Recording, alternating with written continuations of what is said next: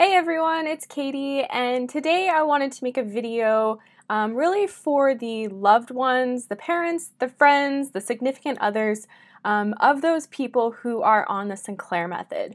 This video was actually a request by a woman. She's a mother and her son is on the Sinclair method, and she was asking for ways that she can be supportive to him on this journey. And so I'm going to share a little bit about my experience with it and how I found support from people around me. But I also pulled the Sinclair Method Warriors community to get their input as well for what's been helpful to them. So I will just read verbatim what these people have shared as well. So just to begin with, my biggest thing for me that my husband did was he just remained curious. He was really open to the process, even though he didn't understand it and maybe it didn't make sense to him. He was coming from a learning perspective. Whenever he'd ask me questions or we'd talk about it, he would remain open and curious and not, dogmatic or judgmental about it. That was really helpful for me, especially as I was starting to really see results and my drinking was starting to decrease. It was amazingly therapeutic to be able to talk to him about this new experience I was having, and have him just be there, present, listening, and ready to just engage with me. So I will say that's something that was really helpful for me. And in my perspective, if you're someone who is the loved one or the person that is being confided in for someone else who's on the Sinclair Method journey, I really feel like that's a sacred position to be in. And if you're lucky enough to have someone trust you enough to confide in you about what they're going through in this very intimate and personal experience of changing their relationship to alcohol, you should wear that as a badge of honor, and you should feel really excited about being in that position. One other thing I'll say too before I start reading others' input on how you can be helpful is if someone is deciding to try out the Sinclair method for their alcohol use disorder, they are ready for a change. They are ready to improve themselves. I know that's where I was when I embarked down this path. Even though it still allows you to drink, it's really the way that allowed me to get fully sober, which is pretty much, where I'm at now today. I don't drink anymore. So if someone's deciding to go down this path, even though they're still drinking and that might not make sense to people, know that they're doing it from a place of wanting to get better and get rid of this alcohol addiction. I've mentioned in other videos that, I've approached people in my life, trying to kind of tell them more about the Sinclair method, if it's someone who I think could benefit from it. And most people I've approached have been totally closed off to the idea and not wanting to try it because, they're not ready to change their alcohol use disorder, or they don't think they have an alcohol use disorder. So the fact that someone is even considering this and wants to try it, they want to find a solution for their own alcohol dependence. So please keep that in mind. So I'll just go ahead and read some of what people have submitted for what's been helpful to them on the TSM journey. So the first person just expresses some verbiage that might be helpful if you don't know what to say. And they just say, they suggest this: "I'm so proud of you for acknowledging and accepting your concerns with alcohol. This is the first and most important step, which is awareness. This method seems to be a successful tool for many, and I'm here to support you through this journey. I love you no matter what, and you are amazing." Another person, they say, "Don't micromanage. Support and be proud that they are motivated to make healthier choices. Remember that it's the TSMer's personal journey." Another person says, "I have been trying for the past few days to convince someone to just give it a try and suggest it to his sister-in-law who has a drinking problem. They refuse to watch One Little Pill," which is the documentary about the Sinclair method, because they say that she can't have any alcohol without ending up on a binge. "I try to explain why the first drink leads to a compulsion for more and that naltrexone blocks that. They will just hear none of it, and it's very frustrating." And again, this person's comment really goes back to my advice in just to remain curious and allow it to unfold and see how it's going to go. When you have a really closed mind and you're not open to this alternative method, you're not going to get anywhere. So that's, obviously what this person is experiencing. Another person says, People with AUD, alcohol use disorder, can become the lightning rods of their family, environment, and home.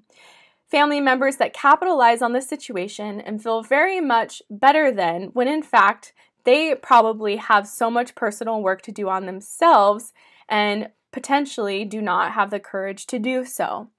I guess what I'm trying to say here, and they say, sorry, I'm from Boston, is strap on some balls and grow a pair, because there's nothing sexier than a person trying to improve themselves from the inside out. My advice to family members is find your own faults and work on them as hard as we do. Another person says, don't look at the Sinclair method as an excuse to drink, but rather an excuse for your loved one to recover. Another person, I think it helped me and my husband on our TSM journeys to normalize alcohol again, to allow it in the house, to talk about it, and even make fun of it. TSM makes us AUDers drink like normal people. Normal people do not fear alcohol, nor do they worship it. Before TSM, I would pour any alcohol that I found being secretly stashed by my husband down the drain. Now he has a bottle of vodka right there in the fridge. He has not touched it in 3 months. He does not need or want it, but it's just sitting there so openly assures him that he does not need to go buy vodka in secrecy in case he ever does want a shot. Another person says, every person's experience and journey practicing TSM will be different, just as we are people. There may be some similarities, but ultimately the path will be different, just like how we got to this point. All different roads led us here. We can rely on each other for valuable tools and find hope from the ones who have succeeded. Support that I am receiving from a loved one was just asking questions and learning about TSM to better understand the journey that I would be on and how they could help along the way. Another person says, have patience. Don't project your own ideas of progress onto your loved ones. Remember that once they are 100% compliant, they are making progress, no matter what it may look like on the outside. I want to touch on this one a little bit because I feel like this is a really important thing for people to remember.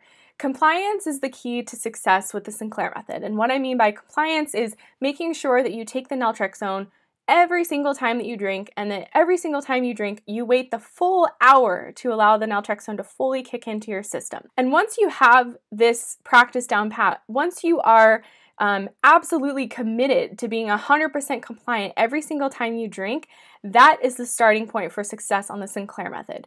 Now from there, it could very well be, and probably will be, that your drinking will go up and down for a long period of time. A lot of people talk about the honeymoon period where initially their drinks decrease drastically in the beginning and then it creeps back up again, perhaps to where they were when they first started the Sinclair method.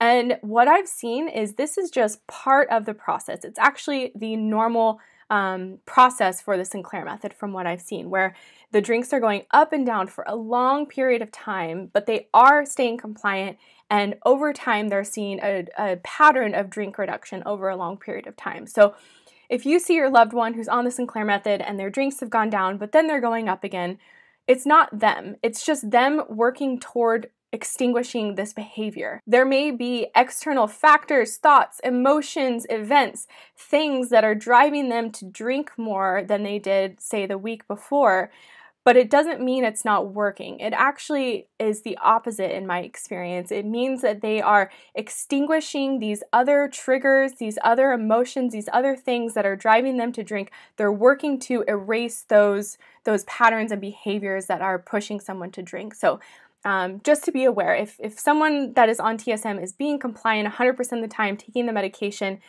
that's the key to success. And what it looks like after that is going to be different for everyone, but just be aware that it's going to be up and down, and it's not going to be a seamless process of just, perfectly reducing drinks over time. Okay. Another person says, stay the course. Life goes on despite your efforts, so you may as well get on board with the success train. 50 milligrams of naltrexone, 60 minutes prior to the first drink, forever, for life. And the last person says, validate and reinforce. Sometimes I have this insane, and it's verified by my husband that it's insane, idea that he thinks I'm boring when I don't drink. It's not true. He loves it when I don't drink. He seems to tell me just at the right time how much he likes me better when I don't drink too much alcohol. I think it's really funny that she said this because I had that same fear too with my husband and with others, that I wouldn't be as fun when I wasn't drinking. But what the real experience has been for me is I feel like I'm way more fun, and I have way more fun when I'm engaging with people when I'm not drinking versus when I was, being drunk and silly before TSM.